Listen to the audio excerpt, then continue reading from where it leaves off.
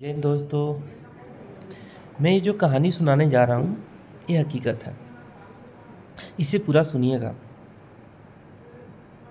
एक शहर था, उसमें एक पति पत्नी रहते थे। उनका बेटा था। माँ बाप बहुत अच्छे से बेटे को पढ़ाया लिखाया, क्योंकि बेटा एक ही था। बेटे की नौकरी लग गई विदेश में। बेटा नौकरी पे चला गया, लेकिन माँ बहुत याद करती थी। घंटे घंटे तक माँ एक बेसिक फ़ोन था उसके पास बैठी रहती थी कि बेटे का फ़ोन आएगा, बेटा हमसे पूछेगा माँ तू कैसी है। इस साल में बस एक ही बार होता था। धीरे धीरे दिन बीतता गया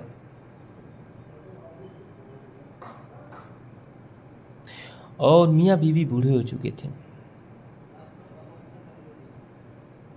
पत्नी के घुटनों में दर्द हुआ तो पति ही पूरी काम करता था।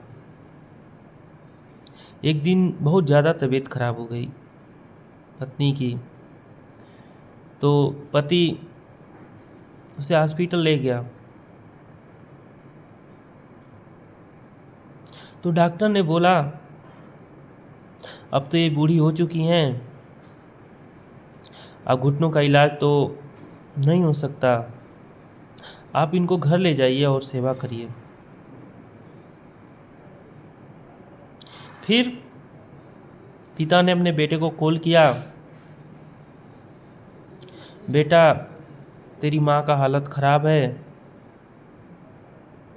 अब इस दुनिया में ज़्यादा दिन तक नहीं जी पाएगी, तुझे बहुत याद करती है बेटा, तू एक बार घर आ जा। बेटा ये कहते हुए फ़ोन काट दिया, पिताजी काम का बहुत प्रेशर है। ऐसे कुछ दिन बाद माँ इस दुनिया को छोड़ के चल बसी। पिता ने कॉल किया, बेटा तेरी माँ इस दुनिया में नहीं रही।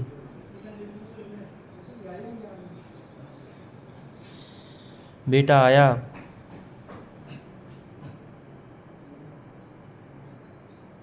फिर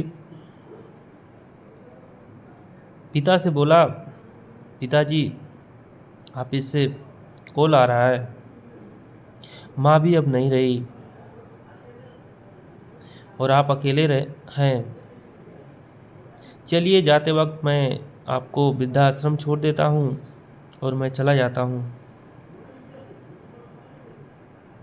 बेटा ले गया, पिता को वृद्धाश्रम छोड़ा और चला गया।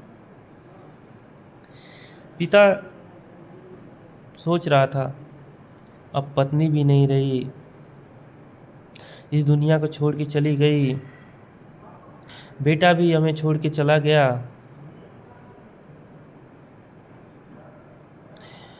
इस सदमे को उसका पिता बर्दाश्त नहीं कर पाया और वो भी इस दुनिया के छोड़ कर चला गया।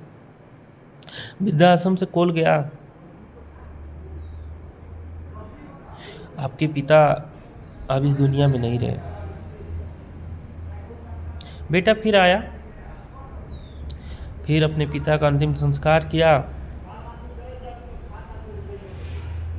और सोचा चलो देखते हैं घर में क्या है, नहीं तो बेच के चले जाते हैं। गया, घर में पलंग पे एक डायरी पड़ी हुई थी।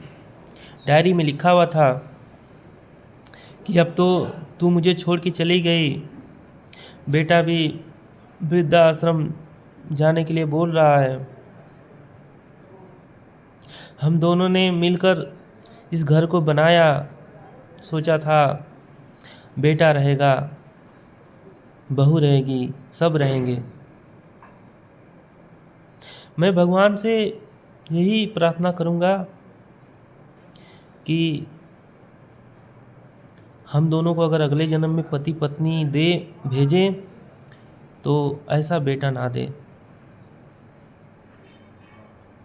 माँ बाप का यही एक इच्छा होती है कि जब हम वृद्ध हो जाएं तो बेटा हमारी सेवा करे। जय हिंद दोस्तों।